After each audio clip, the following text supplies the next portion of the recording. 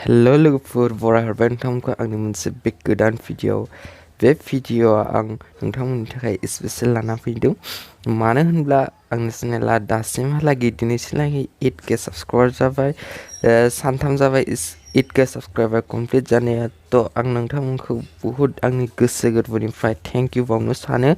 जे नोंथांमोननि अननाय आरो नोंथांमोननि सापर्टजों आङो बे चेनेला 8K साबस्क्राइबार जाहैनो हादों बेखायनो आं नोंथांमोनखौ थेंक यू होनो सानो आरोना आसा खालामबाय नोंथांमोना बयबो मोजाङै दं आरो आं आसा खालामबाय जे नोंथांमोना जेरावखि थाया मानो अराय सम मोजाङै थायो आरो आं बेखौबो आसा खालामबाय नोंथांमोना जाहाथे आंखौ इयुनावबो